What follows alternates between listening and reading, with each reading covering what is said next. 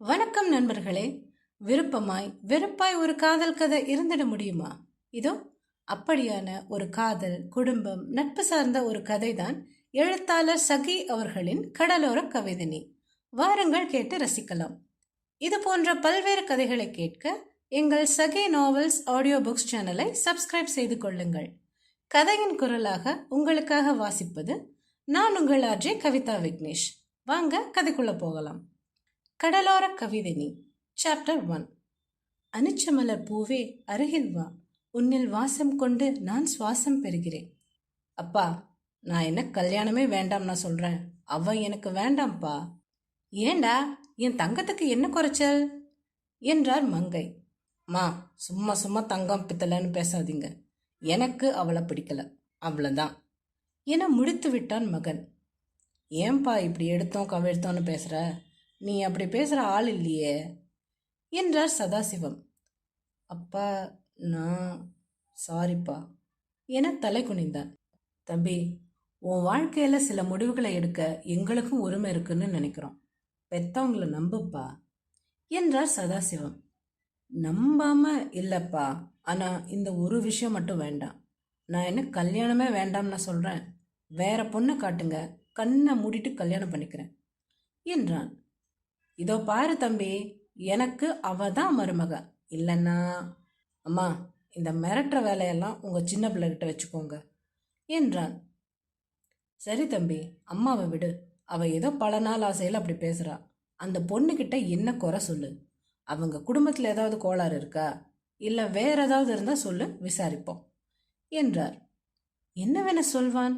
மனதை அரித்து கொண்டிருக்கும் உண்மையை சொல்லவும் முடியாமல், உள்ளே புதைக்கவும் முடியாமல் தடுமாறிக் கொண்டிருக்கும் வேதனையை என்னவென சொல்வான்?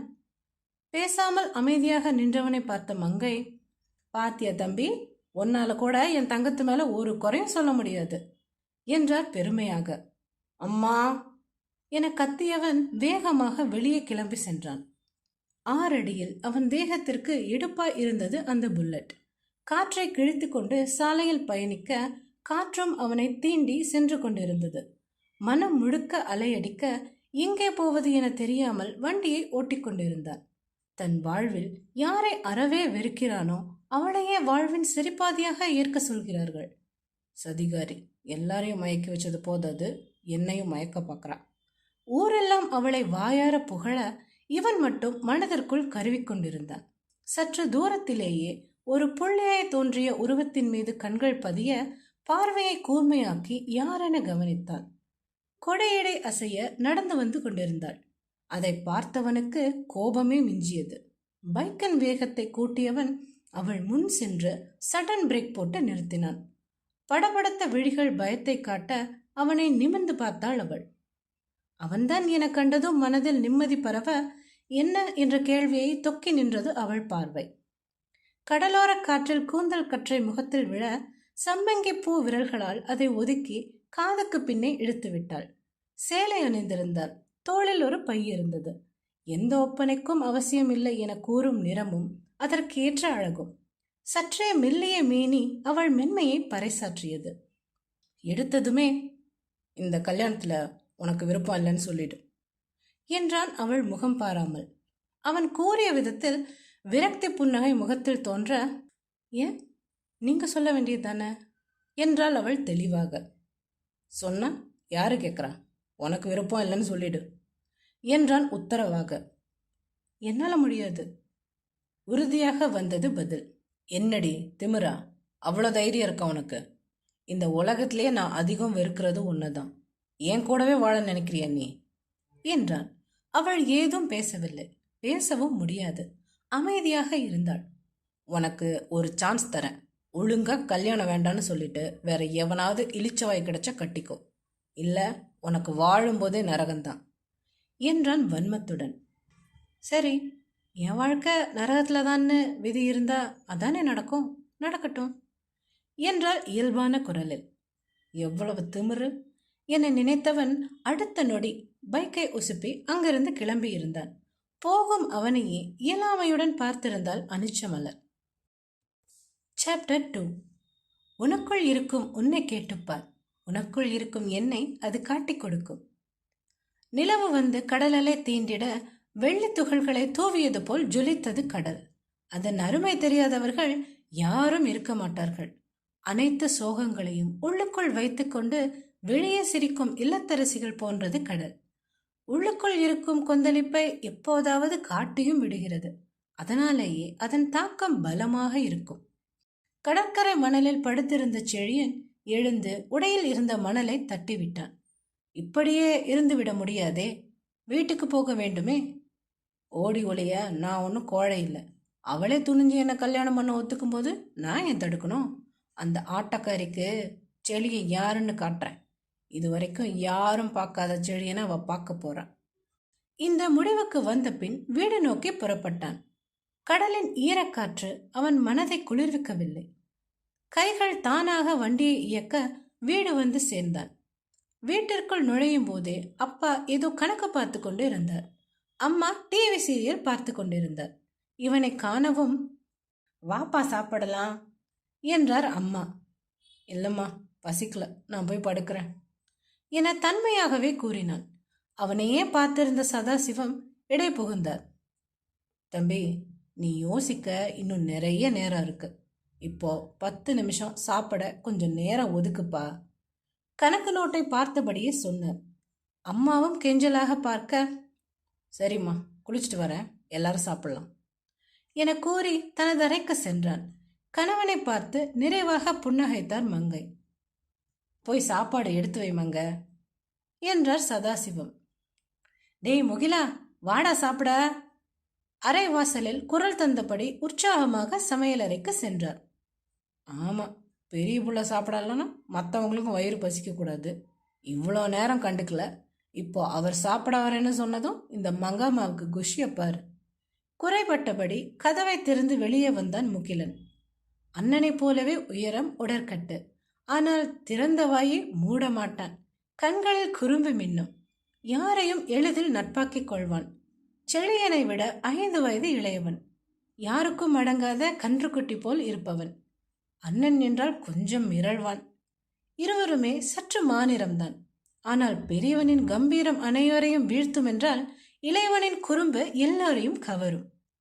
சாப்பாட்டு மேஜைக்கு வந்து அமர்ந்தான் முகிலன். செழியன் இன்னும் வரவில்லை என்பதை உறுதி செய்து கொண்டவன் மெதுவாக பேச ஆரம்பித்தான். மங்கம்மா, கல்யாண விஷயம் என்னாச்சு என்றான் ரகசிய குரலில். ஏய், அது பெரியவங்க விஷயம், நீ ஏன் தலையிடுற? மகனை அதட்டினார் மங்கை. என்னது பெரியவங்க விஷயமா? அப்போ நான் யாரு? எனக்கும் கல்யாணம் பண்ற வயசுதான். இந்த நேரம் உங்க பெரிய பிள்ளைக்கு கல்யாணம் ஆகியிருந்தா 4 குட்டி பிறந்திருக்கும். அப்படியே எனக்கும் ஒரு கல்யாணம் பண்ணியிருந்தா நானும் 2 குட்டி போட்டிருப்பேன். அதை செய்யாம ஒரு கன்னி பையன் வாழ்க்கையில விளையாடுறீங்க. சீரியஸாக பேசிக்கொண்டிருந்தான். டேய் சும்மா இருடா, அண்ணன் வரப்போறான் இளைய மகனை எச்சரித்தார் மங்கை.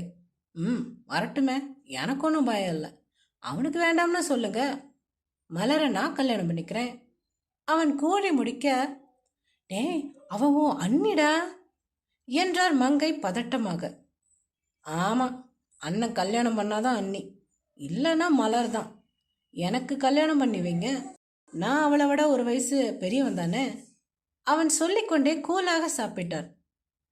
அடக்கடவுளே என மங்கை தலையில் அடித்துக்கொண்டே, அவனை பெத்த வயத்துல தானே உன்னையும் பெத்தேன், எனக்கே சந்தேகமா இருக்கு என்றார். எனக்கும் அதே சந்தேகம் ரொம்ப நாளா இருக்கு. ஒருவேளை ஹாஸ்பிட்டல்ல இருந்து மாத்தி தூக்கிட்டு வந்துட்டீங்களா அண்ணனை என்றான். நீ அடி வாங்க போற முகிலா என கூறினார் தாய். அந்த நேரம் அங்கு வந்த செழியன் இவன் பேசுவதைக் கண்டு கண்கள் சிவக்க அவன் முதுகில் ஒரு அடி போட்டான். அதிர்ந்து விழுத்த முகிலன் புறையேறிக் கொள்ள இருமிக் கொண்டே தலையில் தட்டப்போக செழியன் தானே அவன் தலையில் தட்டினான். என்னடா பேசிட்டு இருந்த? அது ஒன்னும் இல்லையே. அம்மாவின் நமட்டு சிரிப்பை பார்த்து காண்டானபடி சொன்னான் சின்னவன். இப்போ அவ பேரு அடிபட்டுச்சே. யார்னா? என் பொண்டாட்டிடா. அவனை அறியாமல் கர்வம் துணித்தது அந்த குரலில். என்னது பொண்டாட்டியா? கல்யாணம் பண்ணாதான் பொண்டாட்டி, அதுக்குள்ள பொண்டாட்டியான். வாய்க்குள்ளேயே முணுமுணுத்தான் முகிலன். நான் முடிவு பண்ணாலே அவ என் பொண்டாட்டி தான்டா, போதுமா? கேட்டபடி தட்டில் இருந்த உணவை சாப்பிட்டான் பெரியவன். அவன் சொன்னதை கேட்ட பெரியவர்கள் புன்னகையுடன் பார்வை பரிமாறிக் கொண்டனர். முகிலும் லேசான சிரிப்புடன் உணவை கொறித்தான். அக்கா, நீ கல்யாணத்துக்கு ஒத்துக்கிட்டியா? ஆருத்ரா கோபமாக வந்து நின்றாள். ஆமாடி, ஏன் கேக்குற? என்னையும் ஒரு வார்த்தை கேட்டிருக்கலாம். யோசிப்பது போல் செய்து கொண்டே கேட்டாள். என்னன்னு கேட்கணுமா என் செல்ல தங்கச்சிய? அவள் நாடி பற்றி செல்லம் கொஞ்சினாள் மலர். இல்ல, நீ கல்யாணம் பண்ணிக்கிறியான்னு என்னையும் கேட்டிருந்தா நல்லா இருக்கும். அப்படியா? சரி, கேட்டுட்டா போச்சு. என்ன ஆறு மேடம், அந்த சிடுமூஞ்சிய கல்யாணம் பண்ணிக்கிறீங்களா? சிரித்து கொண்டே கேட்டாள் மலர். ஐயோ அக்கா, அவரே ஒரு சிடுமூஞ்சி. அவரை நான் கல்யாணம் பண்ணி ஒரு கொலை குற்றவாளியை ஆக்க விரும்பல. அதனால நீயே கட்டிக்க, பெரிய மனசு எனக்கு, தானே சொல்லிக் கொண்டாள். சிரித்தாள் தமக்கை. அதை கண்ட சின்னவள், அக்கா, அவருக்கு உன்னை சுத்தமா பிடிக்காது. அப்படி இருக்கும்போது சங்கடமாக கேட்டாள். ஒரு பெருமூச்சை விட்டவள் தங்கையின் தலை கோதி, ஆனா அவர்தான் என்னோட உயிர்னு உனக்கு தெரியும் தானே ஆறுக்குட்டி என கேட்டாள். நீ அதிகமா யோசிக்காத. நிச்சயமா உன் அக்கா அந்த சிடுமூஞ்சிய மாத்தி காட்டுவேன், சரியா? புன்னகை பூசிய முகமாய் கேட்டாள். சரிக்கா, உன்னோட சந்தோஷம்தான் எனக்கு முக்கியம். இருவரும் கட்டி முத்தமிட்டு கொண்டனர். மலரின் அப்பா குணசேகரன் அந்த ஊர் பள்ளியில் ஹெட்மாஸ்டர். பல வருடங்களாக ஒரே பள்ளியில் இருப்பதால் அந்த ஊரில் மிகவும் பிரபலம். குணசேகரன் இந்த ஊருக்கு வந்தபோது அந்த ஊரின் பெரிய மனிதராக இருந்த சதாசிவத்துடன் நட்பாகினார். அவர்கள் நட்பு இன்று சம்பந்தம் செய்யும் அளவுக்கு வர காரணம் மங்கைதான். முதல் முறை 5 வயது சிறுமியாக இருந்த மலரை பார்த்தார். பெண் குழந்தைகள் இல்லாத அவருக்கு அவளை மிகவும் பிடித்துவிட்டது. ஒரு நாள் கோவிலில் அமுதாவை பார்த்தார். அப்போது ஆருத்ராவிற்கு 3 வயது. இதனால் மலரை சரியாக கவனிக்க முடியாமல் அமுதா திணறிக் கொண்டிருந்தார். அதை பார்த்த மங்கை மலரை தன் வீட்டில் விளையாட அழைத்துச் சென்றார். ஆருத்ரா யாரிடமும் சட்டென பழக மாட்டாள். மலர் எல்லோரிடமும் புன்னகை முகமாக ஒட்டிக்கொள்வாள். குண்டு கன்னமும் சிரிக்கும் கண்களும் அப்போது நீண்ட முடியுடன் அழகு பெட்டகமாக இருந்தால் அனிச்ச மலர். மலர் மங்கையின் வீட்டில் அடியெடுத்து வைத்த போது முகிலன் அவளை விட 1 வயது மட்டுமே பெரியவன். அவனால் இயல்பாக மலரை ஏற்றுக்கொள்ள முடிந்தது. ஆனால் 11 வயதாக இருந்த இளஞ்செழியனால் அப்படி ஏற்றுக்கொள்ள முடியவில்லை. ஏனோ தன் அம்மா அந்த பாப்பாவை கொஞ்சியது அவனுக்கு பிடிக்கவில்லை. இந்த பொண்ணு யாருமங்க? அக்கம் பக்கத்தினர் கேட்டபோது இயல்பு போல என் மருமக என்று கூறிவிட்டார்.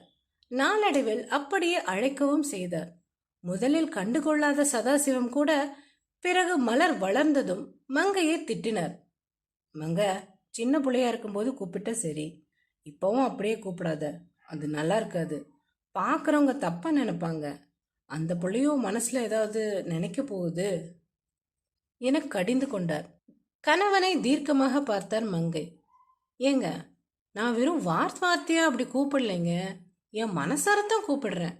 மலர் தான் எனக்கு மருமகளா வரணும் என்றார். என்னமங்க, பழக்கம் வேற உறவு வேற, அவங்க என்ன நினைப்பாங்க? இடத்த கொடுத்தா மடத்தை கேட்குற மாதிரி நடந்துக்கிறோன்னு நினைக்க போறாங்க சங்கடமாக சொன்னார். இல்லைங்க, முதல்ல கோவில்ல பார்த்தப்போ இந்த பொண்ணை நம்ம வீட்டுக்கு கூட்டிட்டு போயிடலாம்னு தோணுச்சு. அப்போ அதுக்கு அர்த்தம் புரியல. ஆனா அவ இந்த வீட்டுக்கு வந்த பின்னாடிதான் இந்த வீடே நிறைஞ்ச மாதிரி இருக்குன்னு தோணுது. நான் இது வரைக்கும் உங்ககிட்ட எதுவுமே கேட்டதில்ல. எனக்கு மலர் தாங்க மருமகளா வரணும், இதை மட்டும் செய்யுங்க. கண்கலங்க கூறினார். மனைவி கண்கலங்கவும் ஒரு மாதிரி ஆகி போனது சதாசிவத்துக்கு. நீ வருத்தப்படாத மங்க, கடவுள் என்ன விதிச்சிருக்காரோ பாப்போம் என சமாதானம் கூறினார். அப்போது பள்ளி முடிந்து போகும் வழியில் அத்தையை பார்க்க வந்த மலர் இவர்கள் பேசுவதை கேட்டாள். அவள் அத்தையின் பாசம் கண்டு அவள் விழியினில் கண்ணீர் வந்தது. அவர்களை தொல்லை செய்ய வேண்டாம் என்று அப்படியே திரும்பிச் செல்ல போனவள் எதிரே வந்த செழியின் மீது மோதிக்கொண்டாள். திகைத்த விழியும் சற்றே படபடப்புமாக கீழே விழ இருந்தவளை தாங்கி பிடித்து நிறுத்தியவன் அவள் முகத்தை பார்த்துவிட்டு அடுத்து அவள் கையை பார்த்தான்.